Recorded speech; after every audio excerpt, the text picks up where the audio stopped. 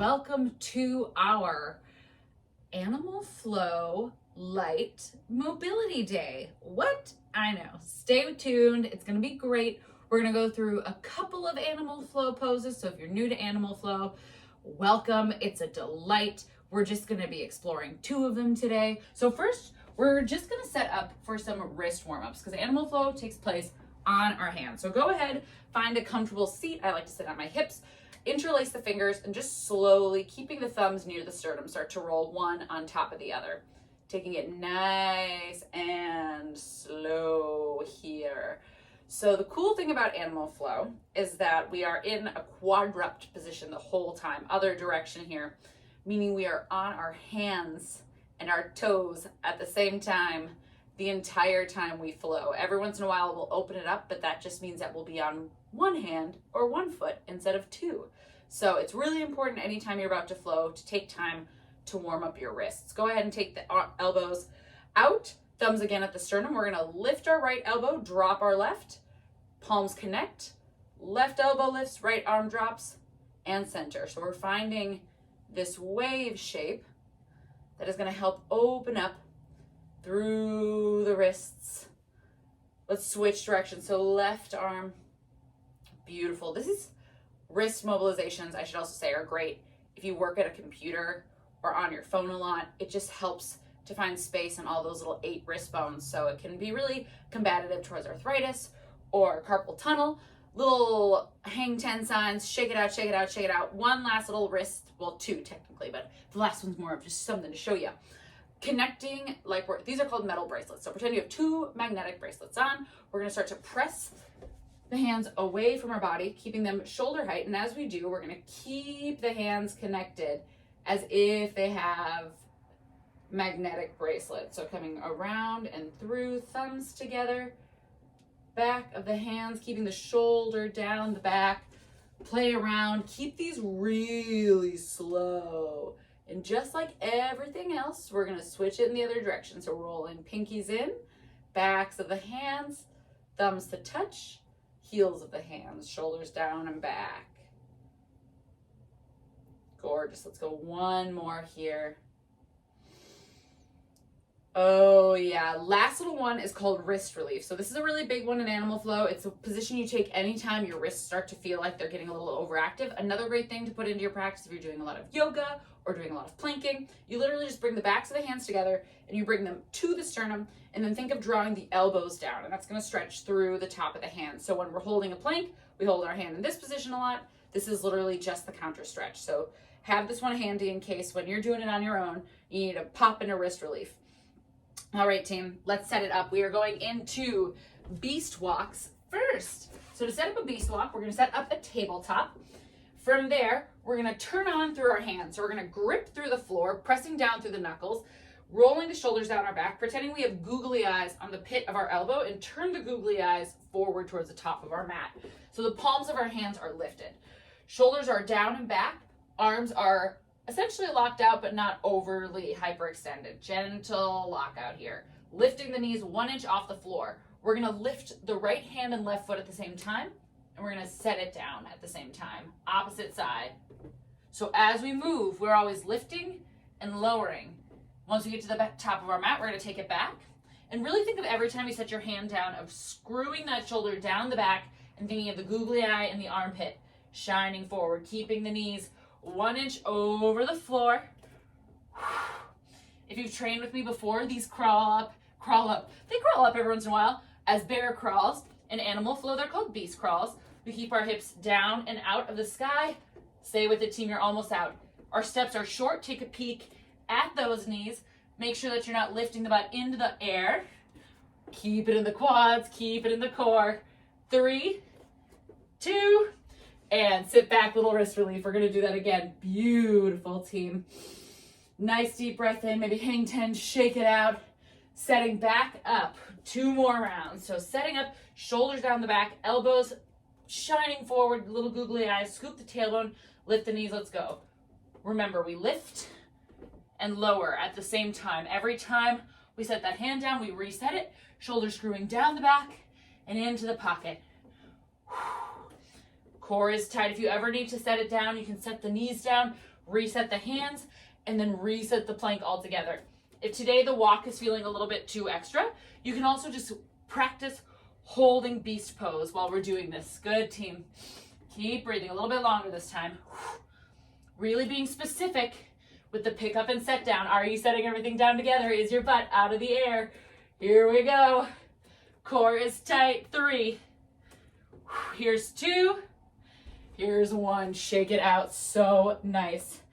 All right, so we can see how animal flow practice can really start to heat up. It is total body activation to the nth degree. Okay, team, one more time. Shake it out. You got this. Setting up in that bear pose.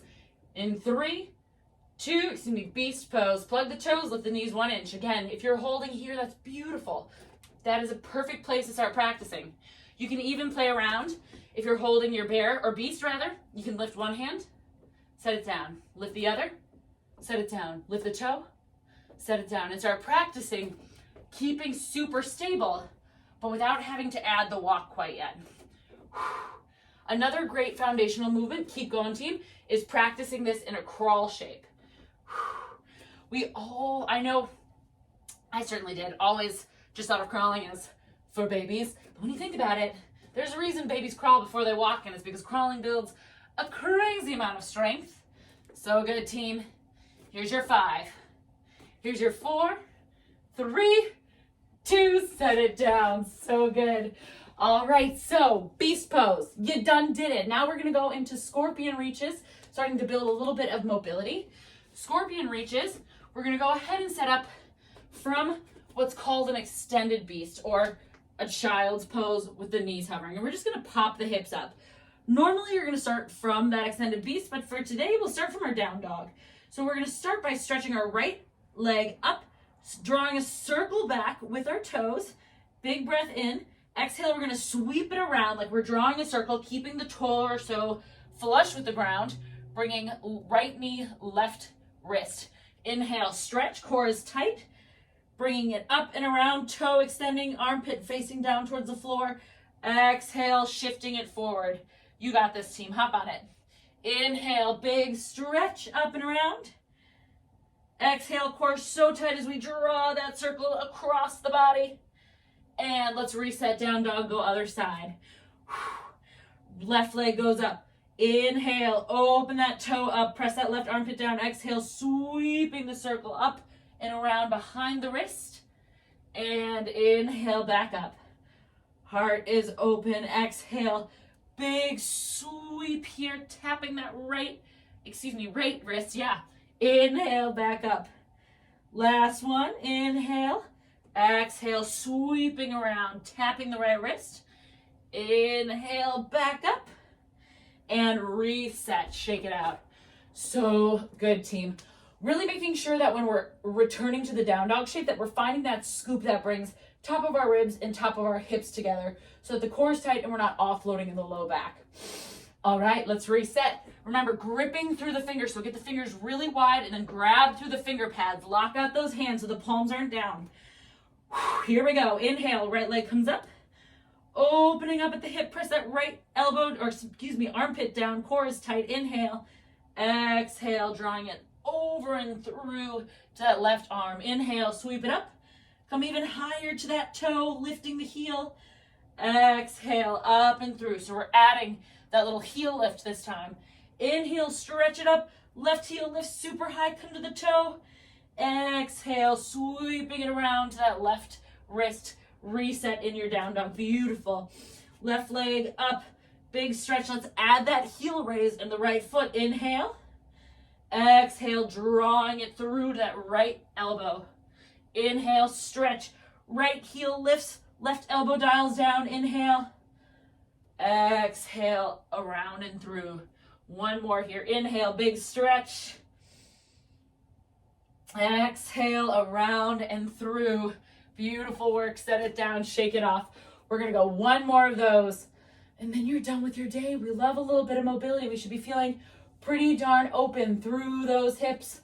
Shake out the hands, wrist release if you need. You're probably noticing there's a little bit of heat there. That's super normal after animal flow because we don't usually spend this much time on the wrist. So if it's too much for today, Obviously, pull back and listen to your body. Let's lift those hips. Inhale, right leg sweeps up, coming high on the left toe. Inhale, stretch. Exhale, circling around and down to the left wrist. Inhale, stretch it up. Lift that heel. Exhale, sweeping it around. Inhale, sweep it up, come to the heel, big open through the hip. Exhale, sweeping it around. And let's sweep it back up and reset. Gorgeous. Inhale that left leg high, opening up, coming high on the right toes. Inhale, exhale, shifting it forward and around. Inhale, stretch. Exhale, forward and around. Last one here. Inhale, big sweep, high on that right ankle, or excuse me, toe. Exhale, sweep it around and come on down. Find that hang 10, shake it out. Team, that was just a little taste of some joys of animal flow.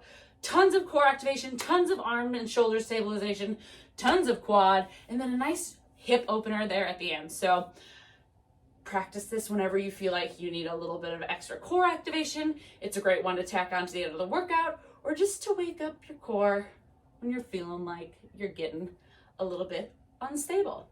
All right, team, have a beautiful rest of your day. Arooo!